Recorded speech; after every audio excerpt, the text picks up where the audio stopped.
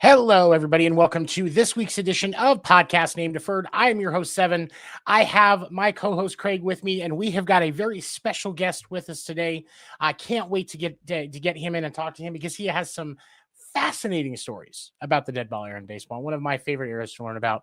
But first, I'm going to bring in my co-host. He is a guy that I have been friends with for a very long time, has written features for MLB Trading Card Magazine, Santa Clarita American, along with plenty of other publications.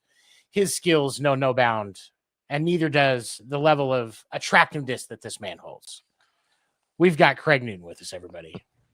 Good evening. So glad you're with us, Craig. Thank you so much for joining us. And now I am very happy to introduce our special guest for the week. He is a Sudbury Press author. He has released multiple books on the dead ball era, and he is here with us to talk about his new book, Deadball Meyhem. He is author Ronald T Waldo. Thank you so much for joining us, sir. I appreciate you being with us. Seven and Craig, thank you very much for inviting me once again. Looking forward to talking about some dead ball era baseball tonight. It's good to have you back, Ron. It is for sure good to have you back, and it's excuse me. This is such a fascinating time period in baseball that there's so many differences and similarities with that era. And, I want to start off with the obvious question. We'll get it out of the way first. You've done so much. You are a part of the Society for American Baseball Research, and, received multiple nominations for the Larry Ritter Book Award. What has made you feel the drive to spend so much time putting out information and teaching us about the dead ball era? Well, the key word you use is teach, because it seems every time I do a project, it's a teaching moment for me, because I've always learned something new. Even like a player like the eccentric Rube Waddell, the fireballing, flame-throwing southpaw pitcher from that era with the Philadelphia Athletics. You find something out new every time you do something on him, and I've written on him in various books. But there's always new information, new stories, and sometimes you have to separate. There are some stories that are folklore, and you have to separate those from the ones that are fact, because some people did like to embellish stuff back then, because it actually, when the print medium was the only way that people knew about players or the game, if they didn't attend frequently, that's how you help sell the game to attract more fans. So if you built a guy up, that always helped. Rube didn't need to build up a lot of times, because he pretty much was able to pull it off on his own. Yeah. It's definitely an interesting period in baseball. Was there, and I'm pretty sure in every book that you've released, you've written about Rube Waddell. Was there anything specifically that attracted you to the player, the person? Well, the one thing that always interested me, a lot of people remember him playing for Connie Mack, and Connie Mack, out of all the managers that he worked under, probably showed the most patience, which was amazing for him. He must have been a virtuous individual. But Rube actually did play for Fred Clark in Louisville and Pittsburgh. And Fred Clark did not have that patience. He was kind of more of a stern disciplinarian, not that Mac wasn't. And even though he loved Rube, Rube drove him nuts. So, but I'm a Pirate fan, and it always interested me when I first found out, hey, Rube actually, when they did when they contracted after the 1899 season, they eliminated, 4 teams. Well, Louisville was one of the 4 teams eliminated, and owner Barney Dreyfuss wanted to remain connected to the game somehow. So he went around talking to ownership, syndicates from other teams, the Giants, the Pirates, I think the Cardinals. And he arranged a deal with the Pirates where he ended up getting stock in the team, and they transferred the best Louisville players to Pittsburgh. And eventually Dreyfuss bought out his partners because after a year they tired of him. And I think because they were successful finally, and they didn't like giving him the credit. So they tried to get rid of him, and they gave him, hey, an ultimate, or I think Barney gave him the ultimatum. Either you sell your stock or buy mine, and they couldn't buy his. So he ended up buying theirs, and he ended up being the main owner and basically started that franchise on its way for 30 plus years. But yeah, I was always intrigued that Rube first got his, 1900 was with the Pirates. So that kind of, and then you find out the other stuff. It's like, wow, this guy was something else. And he's an interesting individual. Obviously, they always refer to him as eccentric, but oddball, stuff like that. But people that have a different way of looking at things are always going to get labeled like that, regardless of whether they're right or wrong. That's one of the things that I've learned. Craig, I'll let you have one because I know otherwise I will take all of the questions. The running theme that in reading the book was the National League paid less than the American League. A lot of players wanted to jump to the American League, and that the Van Johnson, was it Van Johnson? Van Johnson, Van Johnson played a role on almost every single one of the characters in your book, in one way or another. It's very interesting, but clearly the National League was not paying as well as the American League until they merged, and then the salaries came down drastically. Right. But yeah, the running theme to the book was definitely jumping to the American League from the National League.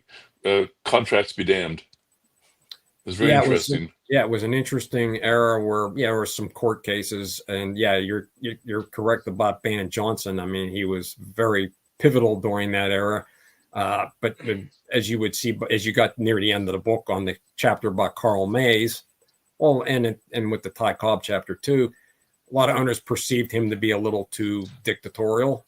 And then, of course, when the White Sox scandal, which I don't cover in the book, occurred, that kind of was when Landis arrives on the scene. That's kind of where Van's power was stripped because he wasn't.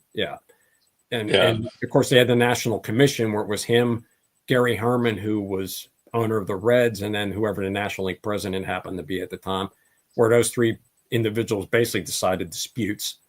And he held a lot of power. And even though Herman was connected to the Reds in the National League, him and Johnson usually sided unless it was in the interest of his team. So if it was an interest of a competitor's team, like that's why the Pirates lost out on George Sisler, because they supposedly had signed him and some weird stuff happened where he was maybe underage and didn't get the parents' consent.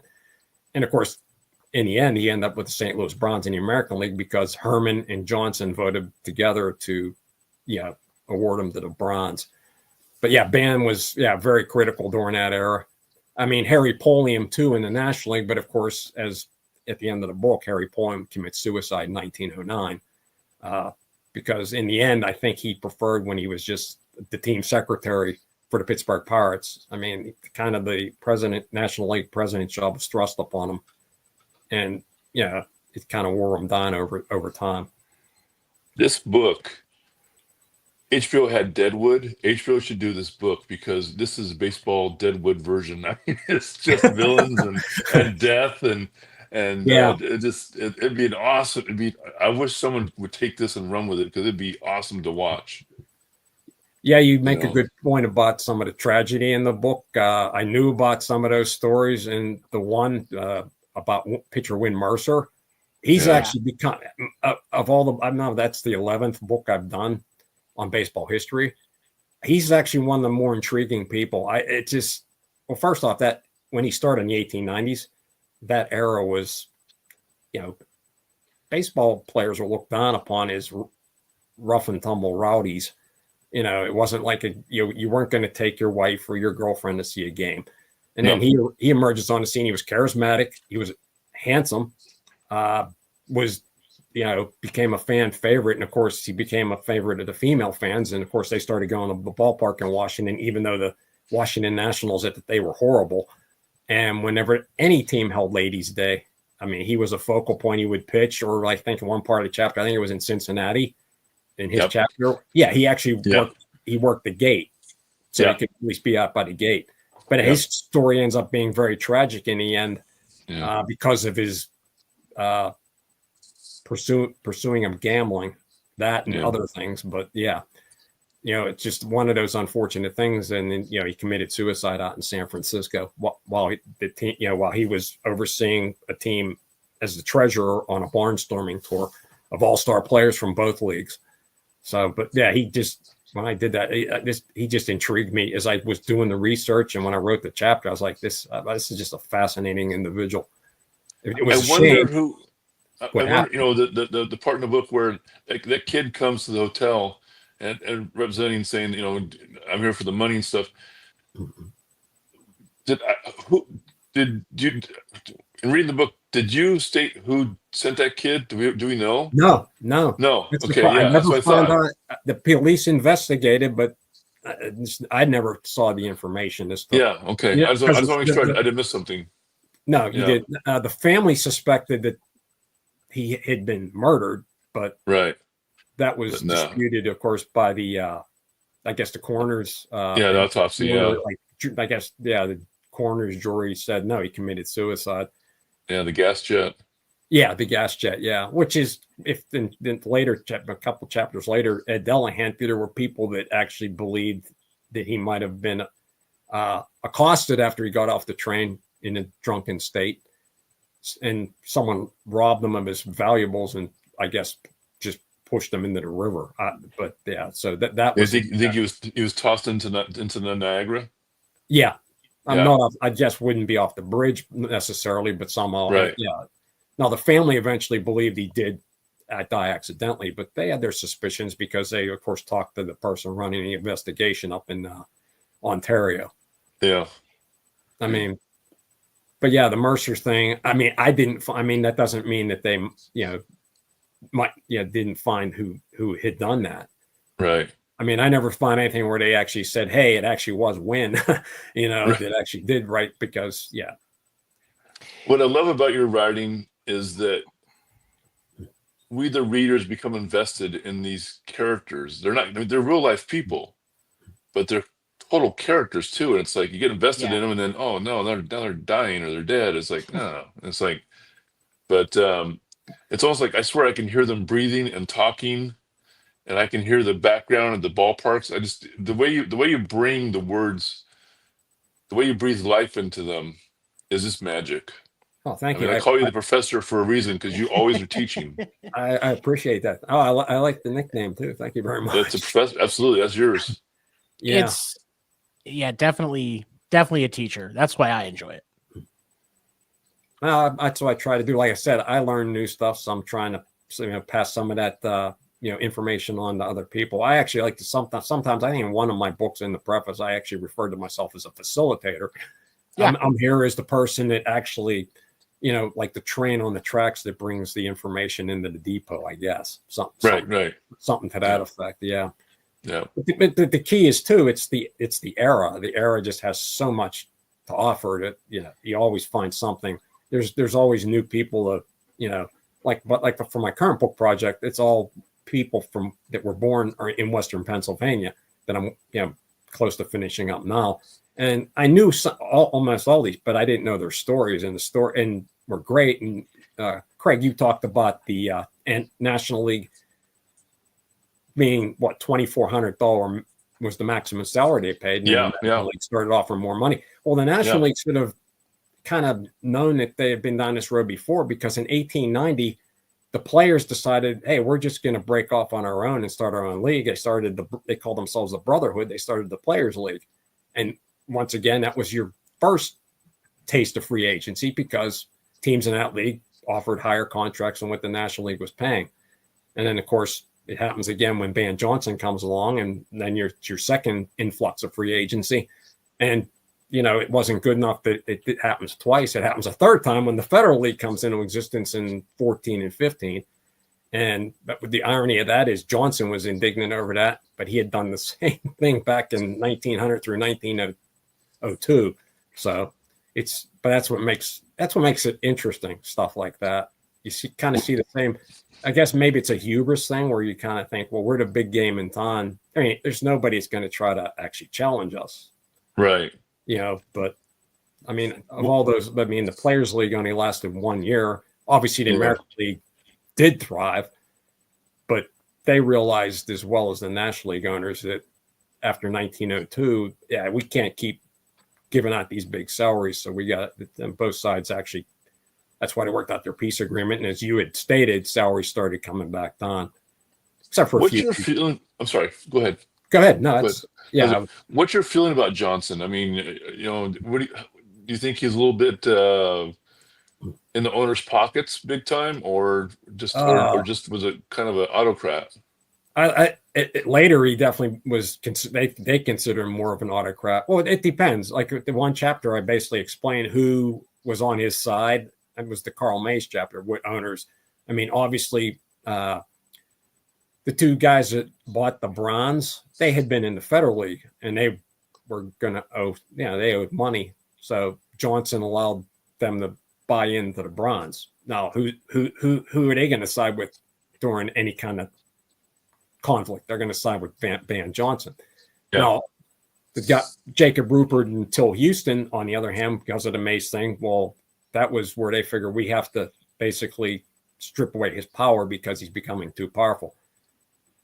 That's the feeling I got. That's the feeling I got. I mean, it was kind of a mixed bag. And then Comiskey was kind of an in-betweener where on that one, he actually supported the two guys with the Yankees. But on previous occasions, he had kind of been with Johnson. And I think the thing he said was, well, we wouldn't be able to find a better person to replace him.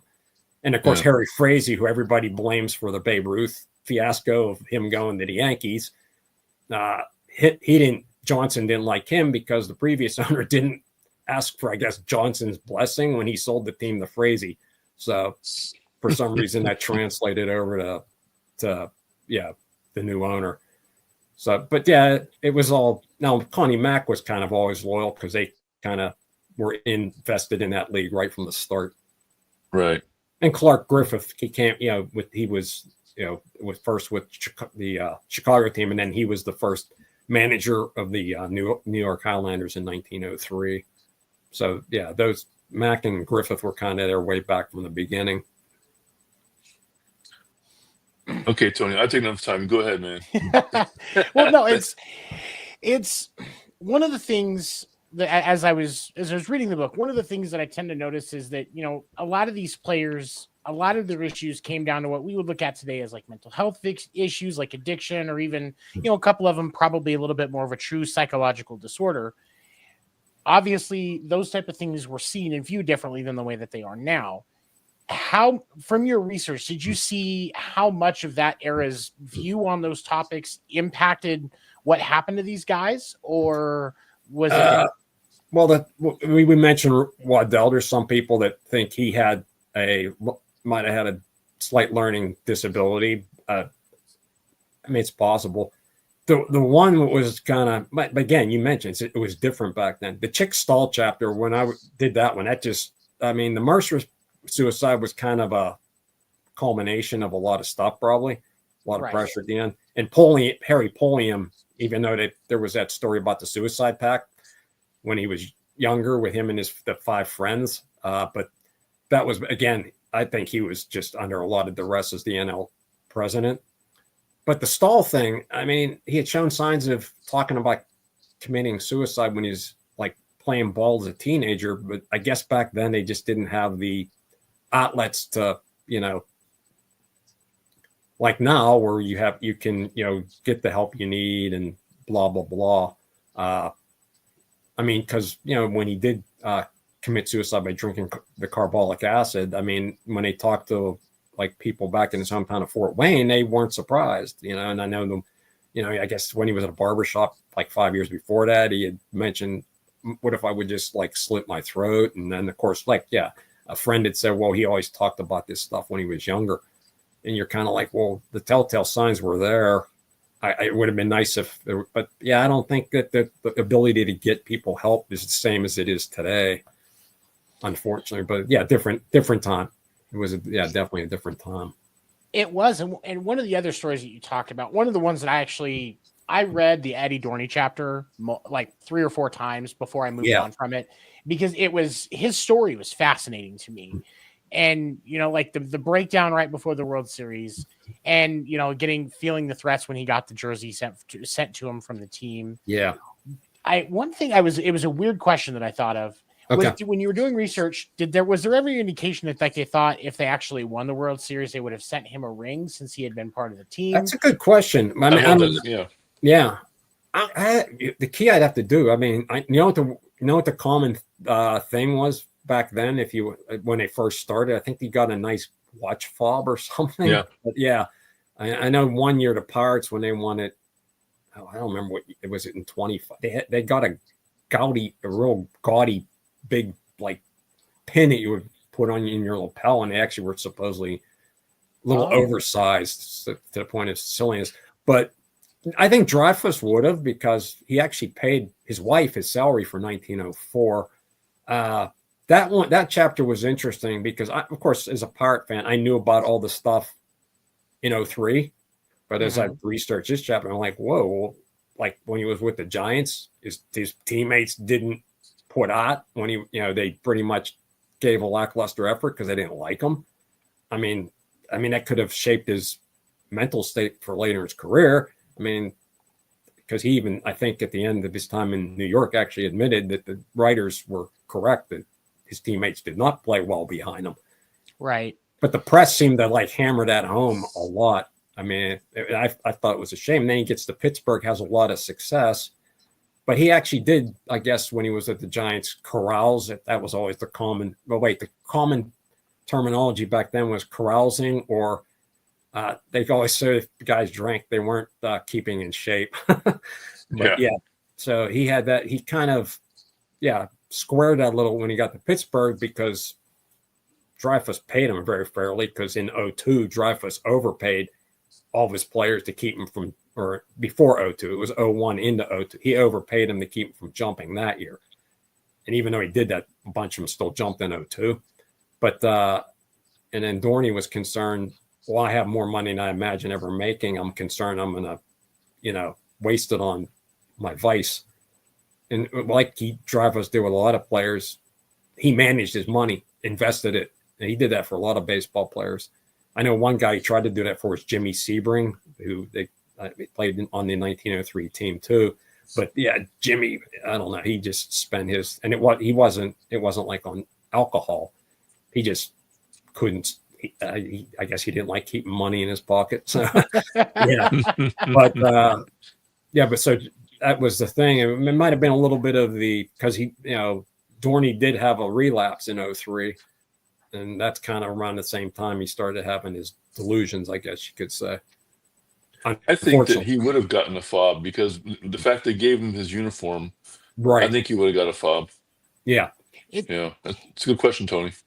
It sounded to me like despite all the struggles he had, the team was actually very supportive of him. They cared about him. Right. And so like, I feel like that's kind of the direction it would have gone. Right. But I'm not sure if, because I hadn't even thought about the fact that it wasn't a ring back then. It was usually something different. Yeah, it was. I don't know what they gave that year, because that was also obviously the first modern World Series. I don't know what the Boston American players got or received, I should say. But that was kind of like a snowball effect too. He had his issues. Sam Lever, who with Philippi were the two staff aces of that pitching duo, I guess. He injured his arm. He pitched on a cold day, and there was also a story that he had actually done something to it, because he was a good trap shooter, and he went trap shooting, and he had done something too. Now, he was of no use in the World Series. He did start 2 games, but got beaten both. And without Dorney, they had a bunch of young guys, because they lost 2 stalwart hurlers from 02, Jack Cheesebro and Jesse Tannehill, because they jumped to the Highlanders.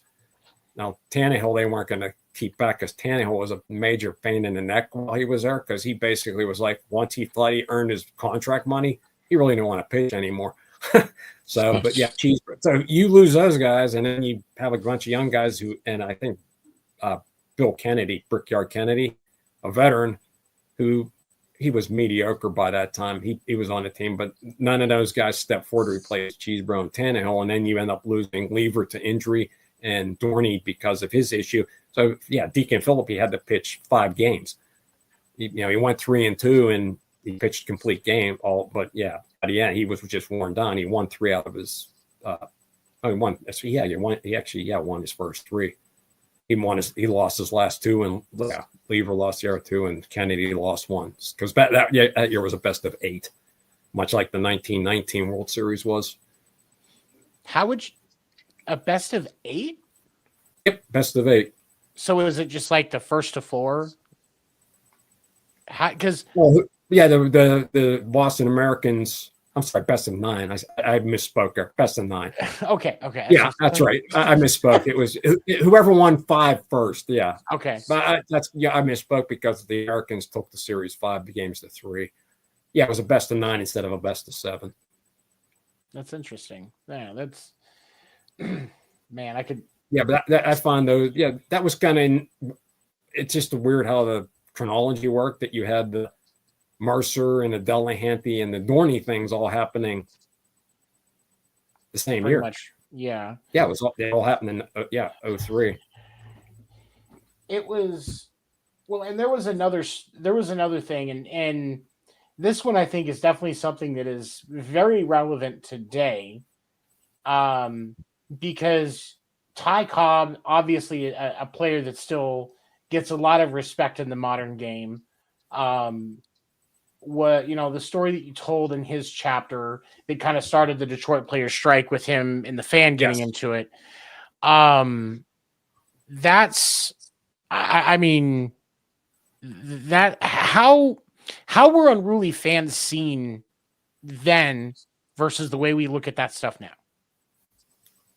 Well, back then, organizations didn't really do much to put a stop to it as much probably as they should have, which is what that whole strike thing was partially about. It's like, hey, this isn't a like isolated situation. This happens all the time. I guess because back then the ownership didn't want to. They figured, hey, they're paying their price to come in. They're allowed to voice their opinion, even if it gets kind of too much or something. It was interesting that, of course, that basically supposedly they knew each other when they were younger, to him and Claude Lucker. According to one writer, they were foes in athletics when they were younger down in Georgia too. So that wasn't just about an unruly fan. There's a chance that was pretty personal. Maybe there was some, it was someone he actually had encountered in the past. I mean, he had numerous things he did. Obviously, in the book, even he had the fight at the hotel in Cleveland. Of course, the spikings. I mean, that was a common thing. He wasn't the only one that believed that the runner had the right to the baseline, and any fielder that was clumsy and got away, they did so at their own peril. I mean, there were others that adhered to that too, as he actually pointed out when he spiked home run Baker, that Eddie Collins played the game the same way. So, but he's always been an interesting individual just because of his status, in the history of the game, and his drive and his will to be the best that he could be at baseball. But beneficial that I think Huey Jennings was the right guy at that time to end up being his manager after Bill Armour was his manager at the first year and a half of his career. Yeah, and in using that, I mean, that story segueing into the Detroit players strike and everything, and you start kind of talking more about Van Johnson and all of that in the book. Was that strike, was that really the first strike of that kind of impacted the more modern version of baseball with both leagues? I would say that was the one that kind of really that was very united by the whole team. I could be speaking there, but I mean, there's been ones where there were players that individually or a couple of players that might have, kind of done a silent thing but this one was, pretty, it was well publicized.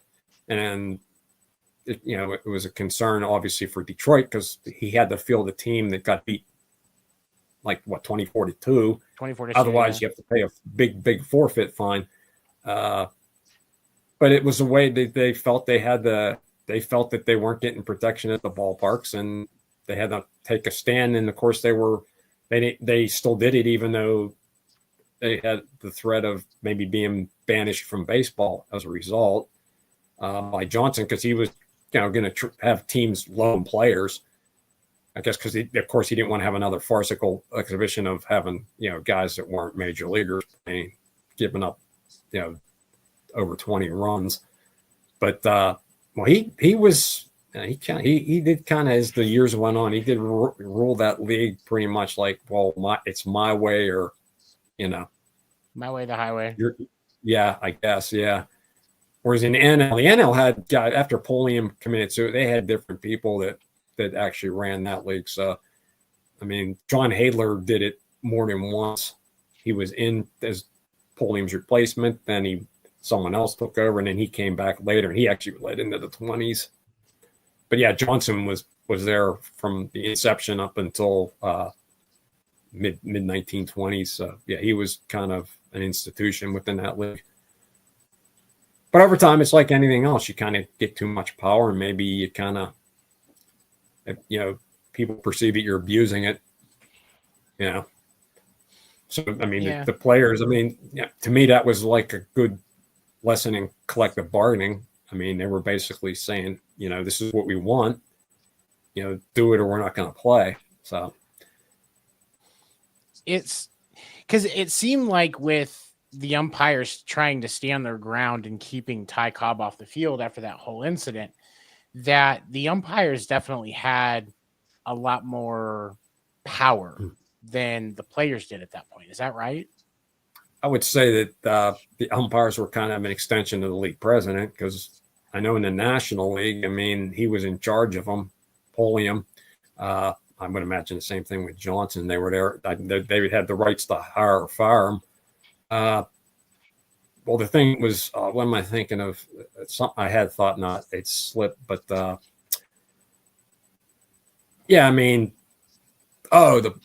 one part where I think it was the Mace chapter where part of the testimony in court was that Johnson basically had his umpires acted as his snitches. They would eavesdrop on what was going on in dugouts of the teams and report back to him like, hey, maybe this player's espousing this kind of unhappiness, blah, blah, blah, stuff like that. So, they were an extent in the American League, at least they were an extension of him, I would say. But it was tough for them, too, because back in those days, they had to deal with a lot of fans coming on the field to try, physically accost them or throwing stuff at them.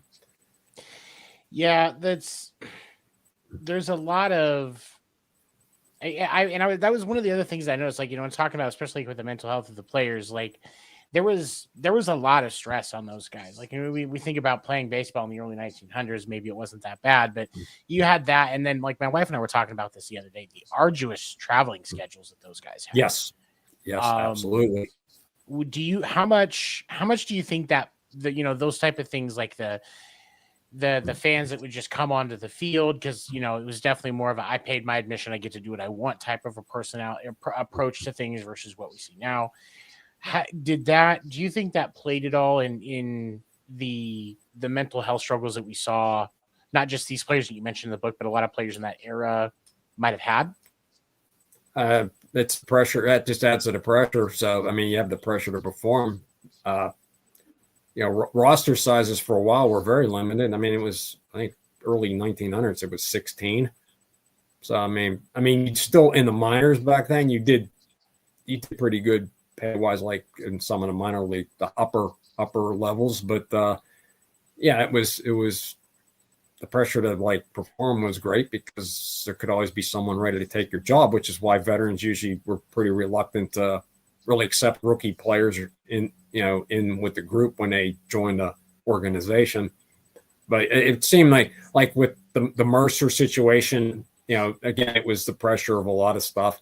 The Chick Stahl situation, that thing was just, was he someone that had, a lot of different female girlfriends or females in different cities when he traveled, stuff like that. I mean, it's, some pressure for him, though. It was the managing pressure, and he didn't do it that long. That was, I think, what really drove him to do what he did as far as committing suicide, because he couldn't accept the fact that, as he had told a friend, that the fans, would lose, I guess, respect for him, like if he went back to the minors. A lot of guys back then, they didn't mind going back to the minors because they were still earning good salary.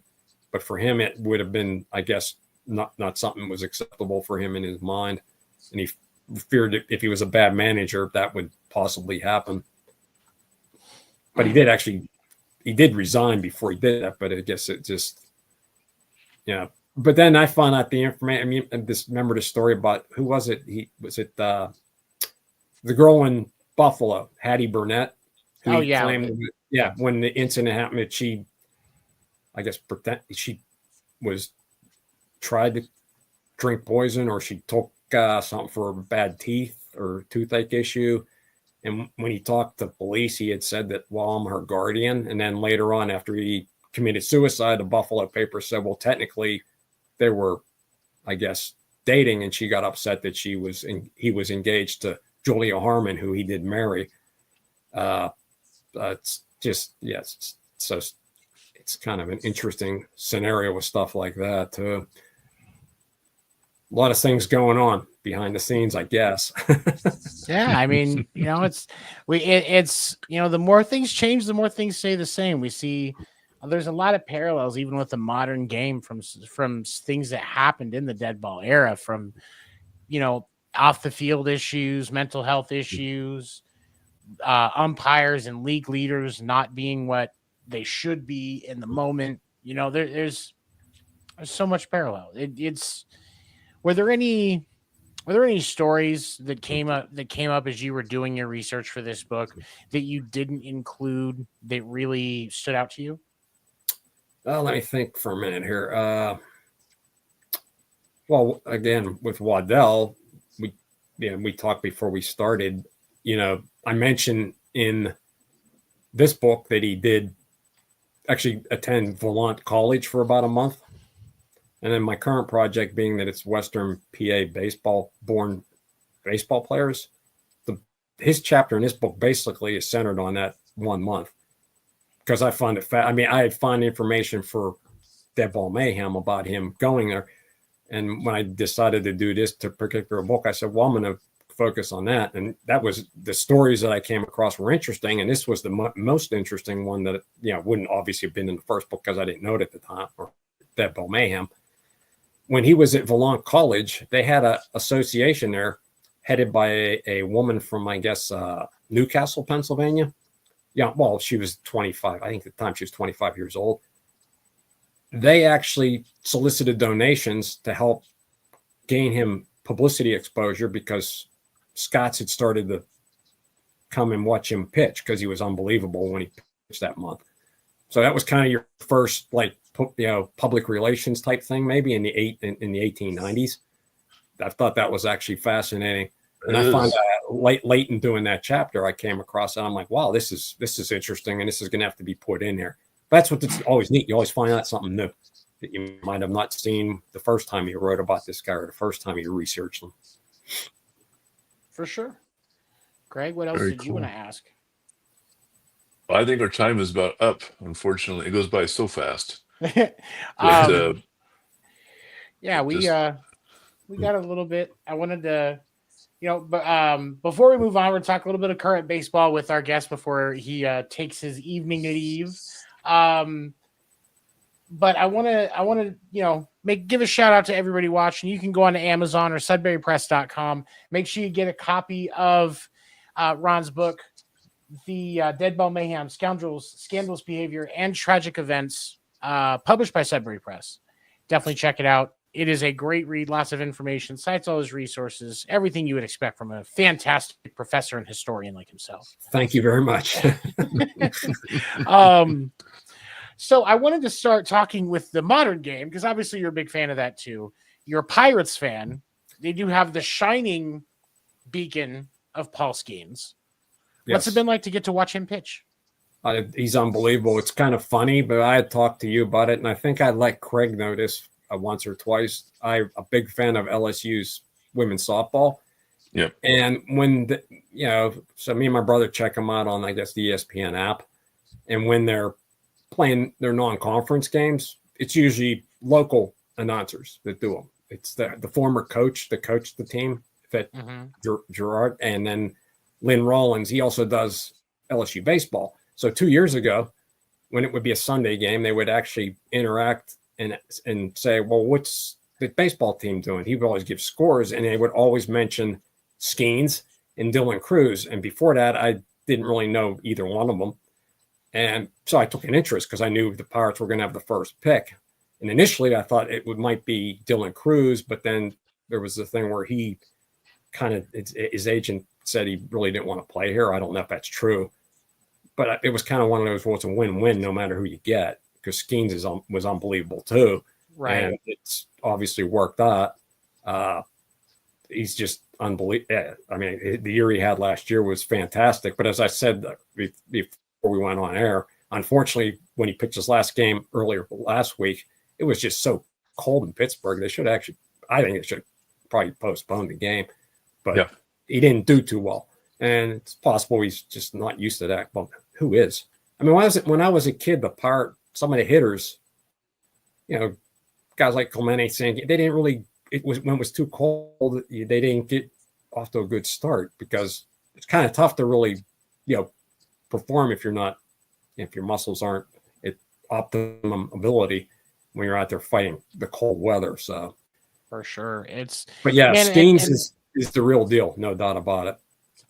He's a special athlete, and it's been a little while since we've seen a how do I say this respectfully, completely competitive roster out of the Pirates. Do you think they're going to start working in that directions now that they have some attention to build around with Paul Skeens?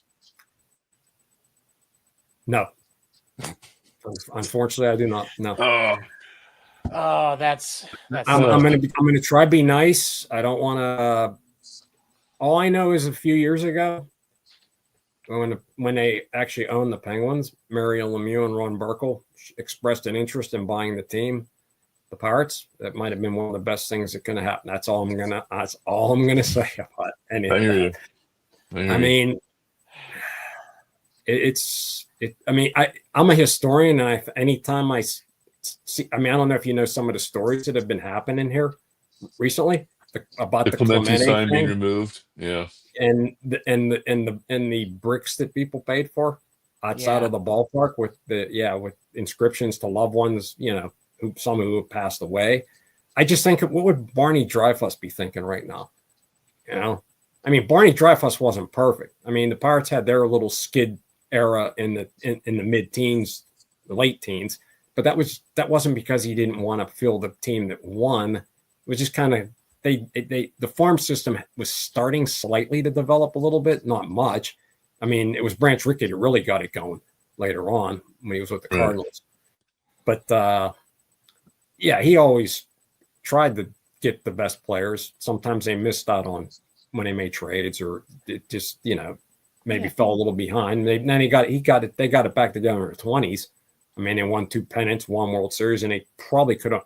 In 1921, they might have won a pennant if a third of the team didn't prefer going out and drinking all the time. But or at least that's what the fans believed. I mean, when you have Rabbit Moranville as one of them, that was probably a good possibility, because he actually did reform eventually from being someone that drank too much alcohol. Oh, it's probably good for his liver. Yes, it is. But it's, I mean, unfortunately, I figure it'll be the same thing with Paul Skeens as it was with Garrett Cole. When the time comes, he'll unfortunately be moving on. I mean, that's just it's a sad part, but I mean, they're becoming the A's of the National League. Yeah, the ownership. It's that, and that's unfortunate because they've got a fantastic park. Yes. And a lot of people, think it's one of the best, if not the best in the whole. Yeah. And one of the, at least one of the top three, but I think definitely from everything that I've seen, looks like it's one of the best parks to watch a game in the league. Yeah. And you're not seeing the product that those fans deserve. And the A's, they can claim the excuse of facilities and things like that, but the Pirates don't have that problem. They've got great facilities. They've got the resources. Yeah. And great fans. And yes. Pittsburgh fans are dedicated, sometimes grumpy, but you know what? If you lived in that much cold, you're going to be a little grumpy too. sometimes. Yeah. Especially this spring so far. I mean, they have Skeens. I mean, Brian Reynolds is a really good player. I mean, they have a lot of prospects. I mean, you just hope that some of them pan out. In the past, I mean, they haven't. I mean, Tyler Glasnow panned out after he left here, but he's also been injury prone. So, and obviously Garrett Cole was decent. He did have a 19-win season here, and you just got to hope some of these guys. I mean, Nick Gonzalez didn't do bad when they brought him up last year, the second half of the year, but opening day he got, I guess, fouled a pitch off his leg before he hit a home run in that game, and he had to leave the game because he fractured a bone in his leg or something, I think. But that's but I mean, everything's cyclical, but this cycle is a little tough because their last World Series appearance, I was a freshman in college at Point Park College in 1979, and at that time I didn't think that I'd be 63. And they had their shot in the early 90s. They lost one playoff series against the Reds, and then of course the heartbreaking ones against the Braves, especially the one where they're up 3-2 with 2 games at home. But when you're going up against that Braves staff from the early 90s, and they didn't score a run, I don't think. Those Braves lineups were so stacked too. Yeah, there was a good rivalry back then too between the two, even though they weren't in the same division. Yeah, they had a good friendly rivalry going. Of course, Pirates was a good one too. I've always been bitter with the Pirates front office because when I sat down with Willie Stargell back when he was a coach with the Braves, yes, and the diabetes was affecting him, and he looked really tired. But he still had a passion for the game, and he would have done anything with the Pirates. Anything he would have done with the Pirates to be with that team. He loved the Pirates. He loved the fans. And why the Pirates could not find room anywhere for a Hall of Famer like him, a beacon of Pirates history, and just an overall great guy. They blew it big time because he was sad. When I talked to him, he was sad. His biggest regret was he couldn't find a home with the Pirates organization. I would agree with that. I mean, he as a kid, I remember, after the tragedy of Clemente dying in the plane crash, New Year's Eve, New Year's 72 into 73. The next in 73, Stargell put that team on his back. That was the year the Mets eked out win in the East, only a couple games above 500, and there was everybody was in the hunt. Well, 4 out of 6 teams up until the last couple days, and Stargell just, he had a great season in 71, but he had knee issues, and in 71 his knees bothered him. I think he actually was hitting Babe Ruth's marks in the home run thing through July. He was pretty much on pace to actually hit 60. I don't know where he was at on Maris at the time, because for some reason they made it more about Ruth, even though Maris had already broken it, which is, I guess, fitting because a lot of people had a problem with that, but I don't understand why. But and then of course he didn't do much in the championship against the Giants in 71 or the World Series against the Orioles, but we still won because Clemente was unbelievable in the World Series.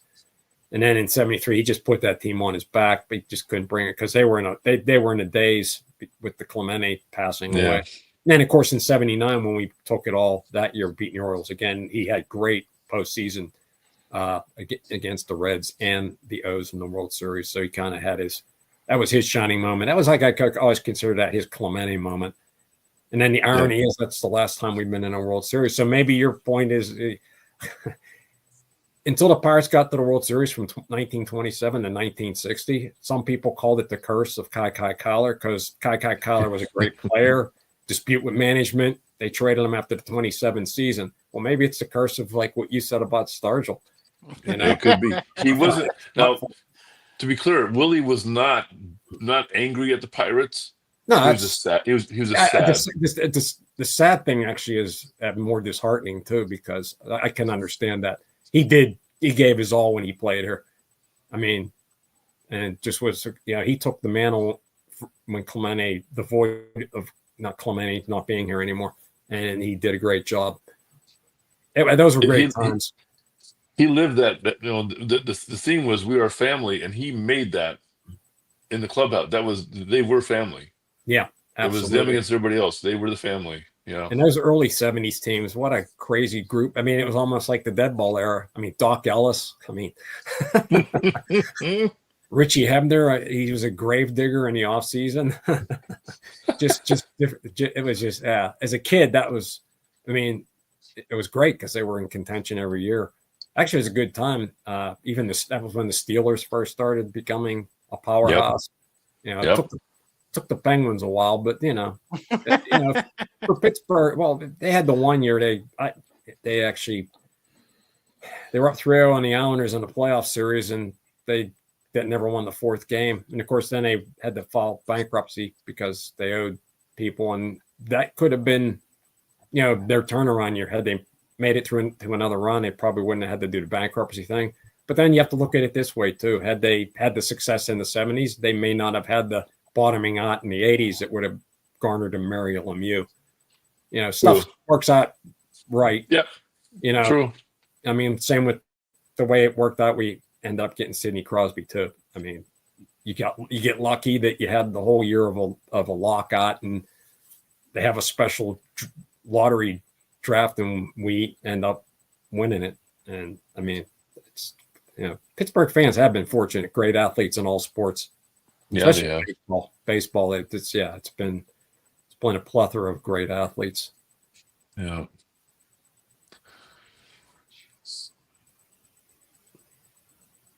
Tony? All right. Yeah, Tony. I don't hear Tony.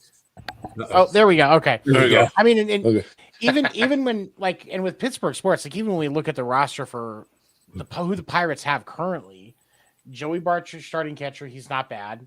Adam Frazier, Key Brian Hayes, Emmanuel Valdez, Alexander Canario, O'Neill Cruz, McCutcheon, Tommy Pham, Brian Reynolds.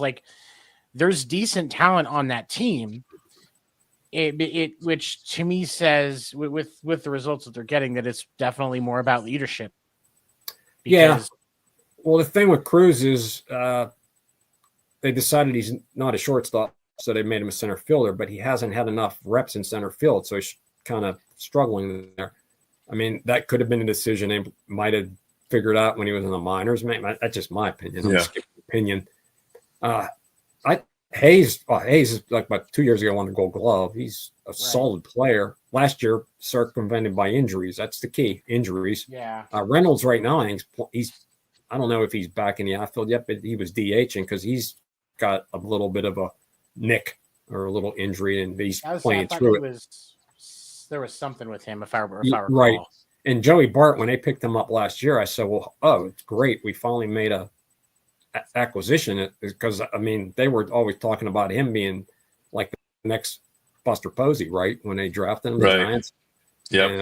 But their one thing is they just haven't been able to hit a home run with first baseman as far as bringing in a good prospect. They traded for some what's it with Toronto, Horowitz, but he's out right now. I mean, he had to have wrist surgery, so he should be back. I think maybe sometime in the next month or so. But with Gonzalez getting hurt, he actually had a decent, when he was recalled last year, he actually played pretty good. Their problem seems to be their bullpen. I mean, their bullpen struggled the last couple of years. Horowitz has progressed. The last update for him was on April 10th, and they said that he is taking batting practice, throwing and fielding ground balls. So he's getting close. He'll probably have a couple of minor league assignments once their camp is over, and which that's definitely some good news. Seeing Joey Bart get hurt is definitely never good, especially because he is such a great catcher. Unfortunately, Henry Davis, they're. I mean, he hasn't really been the player that they hoped he would when they drafted him, and high up in the first round a couple years ago. So I think there's a lot of potential. They just I think it comes down to leadership with Pittsburgh. Yeah, that's unfortunate to say because that's restricting a lot of teams. Yeah, right. I was sorry to see Bart go because I mean I knew he was gonna catch it. He was gonna figure it out. And going to the Pirates, I was happy for him because it's a young team. It was a perfect fit for him. So I'm really happy for him. But man, I miss him. Yeah. Thing too. I think he has a back injury, and those are you get back. Hopefully, it's not like something that could be like chronic for year after year. Like with goalies in hockey, if you get a groin injury, sometimes that's a tricky thing that kind of haunts you for a while. But I actually, when they picked him up, I was like, because last year, Andy Rodriguez blew out his knee in winter ball, so he was out for the year. So picking up Bart, I'm like, well, that's a great acquisition. He did very well last year. And he didn't really start every day. No. Last year. No. But this year, he's basically the go-to guy. I mean, Rodriguez, they're trying it first. I guess till Horowitz gets back, but now Rodriguez is catching, and I think they've called up Henry Davis. Because of Bart, Bart got injured a couple of days ago. I caught when I played in high school, and I can tell you that it was a lot easier to be a catcher before I hurt my back bull riding. Yeah. Because like being able to, keep your body at the right spot. So if that center of gravity stays where it needs to, it's a lot harder when that stuff's messed up. Cause like I have back issues now. And if I get in, cause like that catcher's position, like it's almost a stim for me. Sometimes I can just get down into that squat but if my back's hurting, I got to be right by a wall so I can keep straight and kind of fix my posture. Cause otherwise I start to, it's not great. So that's not a position, right, where you're going to, that's going to be beneficial for you. It's definitely not. Yeah. I wanted to thank you again for joining us. I know we're getting close to your time. Thank you again for joining us. You are welcome anytime you want to come talk baseball with us. We appreciate you. Yeah. Everybody, don't forget Amazon or SudburyPress.com. Deadball Meyhem, Scoundrels, Scandalous Behavior, and Tragic Events. Go pick it up now. It's a great read, and you will learn a lot. Ron, thank you for joining us today. We appreciate you. Thank you, Seven and Craig, for inviting me. Thank you, Professor. It's always great talking about the older days of baseball with a little bit of current thrown in. So, thank you. For sure. Right. Thank you. We appreciate you, sir, and I hope you have a great night. You have a great week. Yes, thank you very much. That was great. I'm so glad that you got us connected with him, that we could get the ability to have him on, because he's fantastic. Every time he talks about a new book, it's like, ooh, a new book coming. Ooh, I can't wait. I'm just glad that I was able to get one, and I sent one. I got one for Erica and sent it down to her because nice. He's fantastic. It's great. But any last minute thoughts on the game this week, on the games that have gone on the last week, or anything you've seen in the news before we wrap it up? Well, this is dedicated to Erica. How about them Giants? They took 2 out of 2 from the Yankees. Yeah. And we saw the Dodgers in that epic loss on Saturday night to the Cubs, 16-0. Worst That's a shame. Home shutout in Dodgers history. Like that's that's just insane to me. That much money in that. Is she still lineup. drinking, you think? She started because she was actually up with me Saturday night, because I was hosting just doing my karaoke hosting job, and she came up from Oklahoma City. And I was watching her descend into madness as that game went on. And I thought she was going to absolutely explode when Miguel Rojas came on and started pitching. Which I thought it was funny that he was mirroring the different throwing motions of the different Dodgers pitchers. But at the same time, watching her have an aneurysm is probably one of the highlights of my week. We love you, Erica. We love you, Erica. And that was, now, of course, I'm talking trash, and Boston lost 2 of 3 to the White Sox. So, yeah, that was yeah, that was the White Sox of all teams. I mean, come on. What's crazy is the White Sox are just, it's their first series win of the year, but there have been games that the White Sox have had this season where you're just like, if they had this talent, if they showed this talent consistently, they would be contending, especially in a division like the AL Central that is far more up for grabs than the AL East or the NL West. Like it's, but from a, it's, we got to see for Sunday's matchup against the White Sox, Garrett Crochet threw a no-hitter into the 8th inning. And then Boston took supreme ownership in the 9th, got another insurance run to win it out 3-1. I am so glad that Boston picked up Garrett Crochet. I think he's another one that's similar to like what's going to happen with Skeens, what happened with Cole. Great talent that is underperforming. Yeah, the organization just doesn't want to pay. They don't want to build around him like they should. And so a top tier organization gets to benefit from him. It's why teams like the White Sox, like the A's, like the Pirates don't get taken seriously. They're just seen as farm teams that get to play with the big boys. Well said. And your games against them are just scouting for which players you want to pick off. And it frustrates me because, there's players, the people that you were saying that the torpedo bats were diluting the game and the pitch clock dilutes the game. And no, not fielding a competitive team dilutes the game. Yes. Well said. There's a difference between innovation and laziness. Innovation does not dilute the game. Laziness dilutes the game. Yep. We had that football player from University of Tennessee that lost his college deal, and because of the way that he conducted trying to renegotiate his NIL deal, is probably not going to get any attention from a single D1 school, and that is going to completely derail his college and quite possibly his NFL career because of what he did. Because he wanted to be lazy and greedy and didn't want to keep his part. And man, that's the kind of stuff that dilutes the game.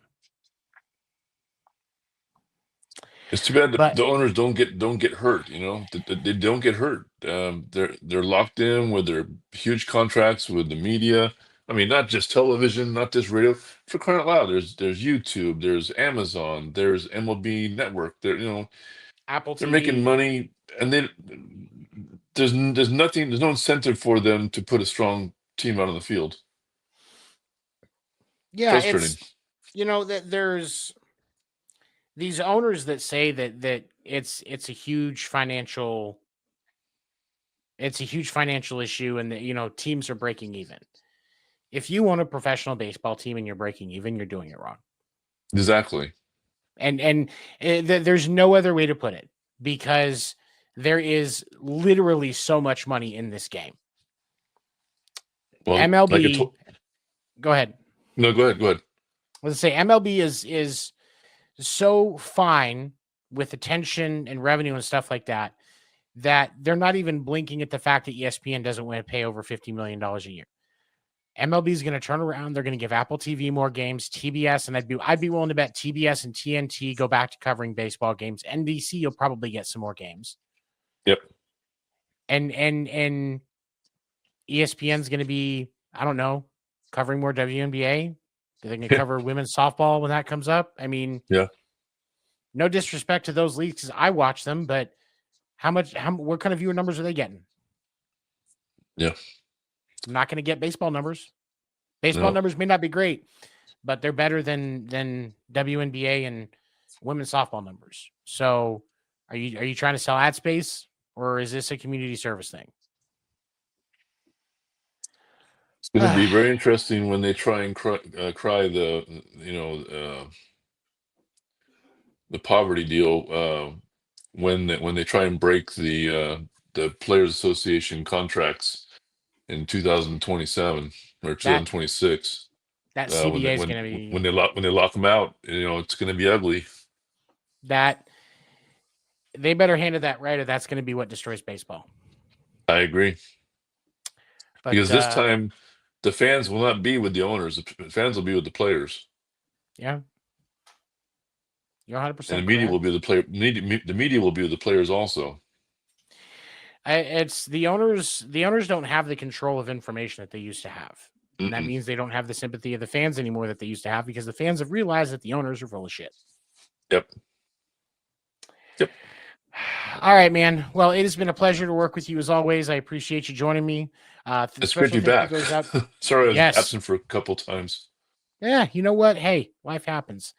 But thank you again to Ronald T Waldo for joining us. Fantastic writer. Definitely check out his book, Deadball Meyhem, Scoundrels, Scandalous Behavior, and Tragic Events. You can get it on Amazon or SudburyPress.com. Worth every penny. Definitely check it out. For my co-host Craig, I am Seven, telling you thank you so much for joining us. We will see you next time. Oh, before we close, I almost forgot. It is official. This will be our last week running Monday morning at 10:30 a.m. Eastern. We have made the change to starting with April 23rd, the Sunday after Easter. We will be, or the Wednesday after Easter, Sunday after Easter. Good God. The Wednesday after Easter, we will be transitioning to live shows featuring myself, Craig, Erica, and Ambrose talking baseball and doing all the things that we do so well, but in a live format so that we can interact with you guys that are watching us and supporting us more. So there will be more information to come about that as it gets closer to time next week. But now, actually, for my co-host Craig, for again, author Ronald T Waldo, thank you so much for checking us out. We will see you next week right here on Podcast Name Deferred.